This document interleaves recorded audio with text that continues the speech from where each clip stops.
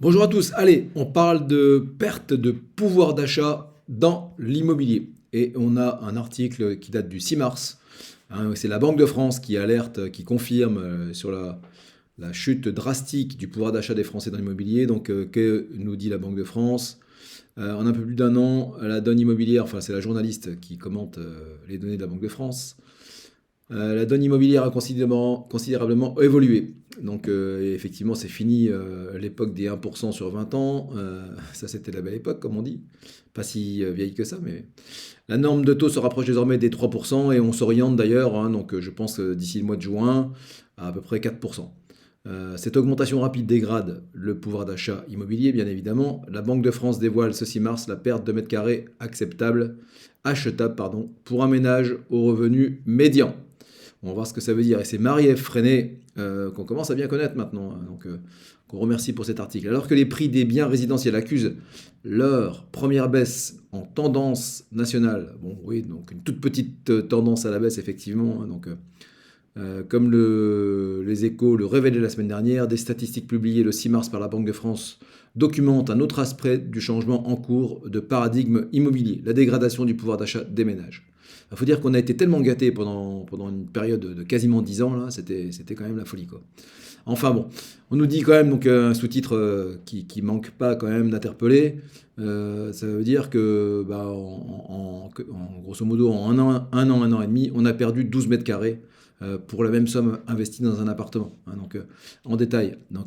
D'après la Banque de France, qui s'intéresse chaque mois à la production de prêts immobiliers et aux taux pratiqués par les banques, un ménage disposant d'un revenu médian pouvant acheter 80 mètres carrés fin décembre 2021 compte tenu du niveau national des prix. En janvier 2023, il ne peut plus acquérir que 68 mètres carrés, soit une perte de 12 mètres carrés en seulement 13 mois. Le pouvoir d'achat immobilier des ménages revient début 2023 sur des niveaux observés il y a 10 ans. C'est la Banque de France qui donc formule cette remarque. Pour calculer cette aptitude à acheter, la Banque de France s'appuie sur l'indice des prix des logements anciens d'Île-de-France calculé par l'INSEE, ainsi que sur la mensualité de prêt maximale que peut rembourser ce ménage médian au regard de sa situation financière. Sauf exception, le Haut Conseil de stabilité financière, le fameux HCSF, demande aux banques que la mensualité ne dépasse pas un tiers des revenus de l'emprunteur hors assurance de prêt et 35% en tenant compte de l'assurance emprunteur. C'est le fameux taux d'endettement maximum de 35%, hein, avec les robinets qui se sont fortement fermés depuis aussi presque un an de la part du HCSF. Mais ça, on le savait déjà. Le revenu médian correspond au revenu qui divise la population en deux parties égales, c'est-à-dire tel que 50% de la population ait un revenu supérieur et 50% un revenu inférieur. Bon, tout ça, on s'en moque un peu. L'INSEE indique qu'il s'élève à 30 620 euros par an et par ménage en 2018, précise aux Échos la Banque de France. La conséquence de la hausse des taux, ça nous intéresse davantage. La hausse des taux d'intérêt est le principal facteur explicatif de la baisse du pouvoir d'achat immobilier sur 2022, indique la Banque de France. Cette dégradation a en effet pris de l'ampleur au moment où les taux immobiliers se sont mis à augmenter plus rapidement, soit à partir du printemps 2022. Jusqu'en avril, la perte de surface achetable était restée inférieure à 2 mètres carrés par rapport à décembre 2021. Et on a vite perdu 10 mètres carrés par la suite. À ce moment-là, les ménages empruntaient toute maturité de prêt confondue, c'est-à-dire toute durée confondue, en moyenne à 1,19. En août, donc ça c'était en décembre 2021, 1,19. En août, les taux immobiliers moyens calculés par la Banque de France franchissaient le seuil psychologique et symbolique des 1,50. Et la surface achetable par un ménage médian tombait à 73 mètres carrés, soit environ 7 mètres carrés de perdu en 9 mois. Et vous l'avez vu tout à l'heure, on est tombé à 12 mètres carrés. La progression des taux d'intérêt explique pour plus de 50% de la chute du pouvoir d'achat constaté en janvier 2023 par rapport à décembre 2021. Mais les prix d'immobilier qui, jusqu'à récemment encore, étaient sur une pente ascendante, sont responsables pour 40% de la dégradation de la surface achetable. Et oui, il n'y a pas que l'augmentation des taux, il y a aussi les prix de l'immobilier qui, dans certains secteurs, est très élevé. Pour cause, sur toute l'année 2022, d'après les indices meilleurs agents, les Échos, les prix au mètre carré ont en moyenne progressé en France de plus de 4%. L'effet prix. Alors, il est à noter que l'indice de prix immobilier qui rentre dans la formule montre un léger recul en janvier 2023 pour la première fois depuis 2020. Remarque la Banque de France. Sa baisse est toutefois encore loin d'effacer l'effet de hausse des taux immobiliers. Bon, ok. Les prix n'effacent pas, la hausse des prix n'efface pas la hausse des taux, ok. L'an dernier, en remboursant une mensualité, ça c'est du concret, de 1 000 € pour un crédit de 1% sur 20 ans, un ménage pouvait emprunter 217 000 €. Donc, je répète, donc, on fait l'effort de rembourser 1 000 € de mensualité. À l'époque, on empruntait à 1%, on pouvait emprunter 217 000 €. Avec un taux désormais à 3%, cette même mensualité ne permet plus que de rembourser un prêt de 180 000 €. Effectivement, donc, soit une perte de 18% de capacité d'emprunt, expliqué récemment aux Échos Thomas Lefebvre, l'excellent, on devrait dire, l'excellent Thomas Lefebvre, le directeur scientifique de la plateforme immobilière Meilleur Agent. Il est très bon ce Thomas Lefebvre.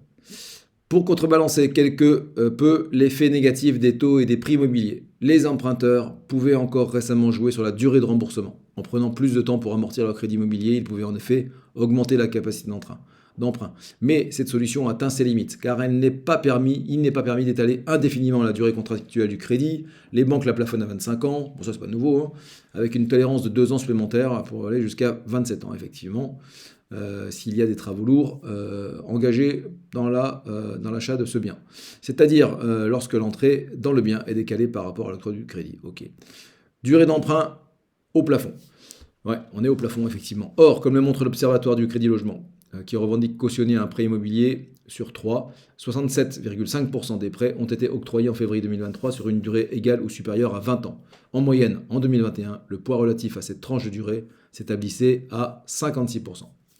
L'allongement de la durée moyenne des crédits s'est observé à partir du printemps 2022, bah oui, au moment où la hausse reprenait de plus belle, et s'était poursuivi jusqu'en décembre 2022 pour la conduire à un niveau jamais observé par le passé de 248 mois. Voilà, hein, donc oui, on n'est plus sur 300 mois, c'est 25 ans, 240 mois, c'est 20 ans, donc on est légèrement au-dessus de donc, 20 ans et 8 mois. L'allongement intervenu en 2022 n'avait cependant pas été suffisant pour compenser les conséquences de la hausse des prix des logements ou amortir les conséquences de l'augmentation des taux d'apport personnel exigés. Oui, ça aussi, hein, donc c'est quelque chose qui a changé. Avant, on pouvait emprunter sans apport. Je ne vais pas dire que c'est impossible, mais c'est quasiment terminé. Analyser le crédit logement dans son observatoire, celui de février. Depuis le début de l'année, cet établissement de cautionnement note toutefois que la durée moyenne des taux des nouveaux prêts immobiliers recule pour atteindre 243 mois en février. Ce que je voudrais vous montrer quand même, c'est pas ça, c'est voilà, c'est ça. Une courbe. Les taux des crédits à l'habitat remontent. Alors effectivement, quand on regarde cette magnifique courbe, là, on était en 2013, regardez, on était à 3,5%. 3,5%, d'accord. Donc on a vu tout à l'heure qu'on était, en mars 2023 à 3%, grosso modo. Donc quand on dézoome un peu et qu'on nous explique que les taux sont remontés, bah oui, ils sont remontés, on le voit bien, hein, et en flèche en plus, entre 2022 et 2023. Mais quand on dézoome, et on pourrait dézoomer encore plus sur 2011-2010, eh bien, les taux restent bas. Ça veut dire quoi? Ça veut dire que c'est encore temps d'investir, jeunes gens, si vous avez envie d'investir dans l'immobilier, soit pour acheter votre résidence principale, soit pour faire de l'investissement locatif. Voilà, j'en ai terminé avec cette vidéo. Si elle vous a apporté quelque chose de positif dans votre culture patrimoniale, eh bien écoutez, mettez un petit like, sinon n'en mettez pas. Et puis, vous pouvez également rejoindre ma page pro et le canal d'information Telegram que je vous mets en lien et dans la description. Merci à vous, à très vite.